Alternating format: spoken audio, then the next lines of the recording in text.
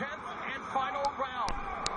And remember, Andre, Cayetano walked out to the Rocky theme. Can he go the distance too? I think he is, and I think he's obviously cut, and I think at this point, it's just about survival for Cayetano. He knows that it's a moral victory, and it's a victory in the eyes of the boxing public if he's able to go the distance with Leo Santa Cruz tonight.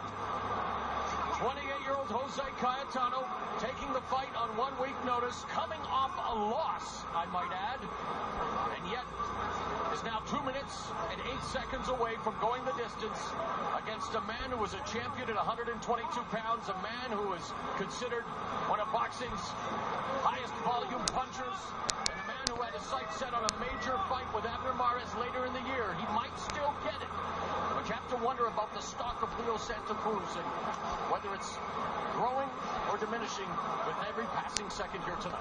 Yeah, I don't want to put too much stock in Leo Santa Cruz not being his normal self. I mean, every fight is different. You know, to Santa Cruz's credit, Cayetano, again, a fight on short notice. He didn't have a full training camp. That's right, and Santa Cruz didn't have time to... That's what I'm talking about. Sure. Santa Cruz didn't have a full training camp like you typically do to prepare for a guy. This guy, Cayetano's opposite. One round he's right-handed, the next round he's left-handed, and for Abner Mares, if they do fight, Santa Cruz will have a full training camp for him. I pose this question to you, Andre. Is it smart then to take on a fighter, no matter his credentials, on less than a week notice, no matter who you are, even if you're the champion, so to speak?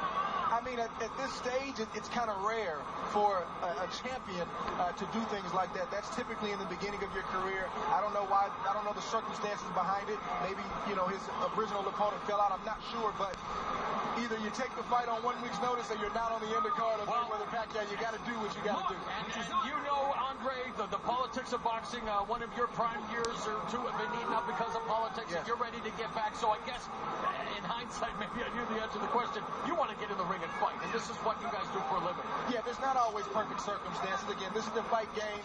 Things happen, but you don't always get opportunities, and when you get them, you have to seize the moment, and I think that's what Cayetano did, and I think that's what Leo Santa Cruz did. Who's going to seize the final 20 seconds? Leo Santa Cruz, Jose Cayetano. It looks as if Cayetano will indeed score a moral victory on less than 1 week notice, taking the fight against one of the most offensive fighters in the sport, Leo Santa Cruz, and they end things in a flurry on Cinco de Mayo weekend. Good finish. Nice finish from both sides.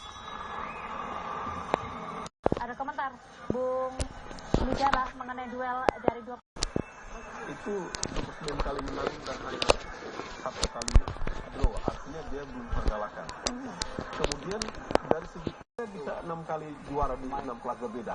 Nah itu ukurannya. Nah kita lihat Evander Holyfield sudah memasuki. Iya, tadi juga kita lihat Michael Jordan ada di sana.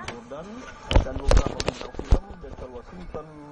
Betul sekali. Robert De Niro kita lihat juga tadi di Karen Hall. Ladies and gentlemen, after the 10th round action here at the MGM Grand in Las Vegas, we go to the scorecard.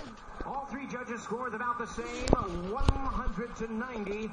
All three in favor of the winner by unanimous decision, and still undefeated, Leo El Terremoto Santa Cruz. To use a baseball terminology, Andre, he pitched the shutout, but was it a perfect game?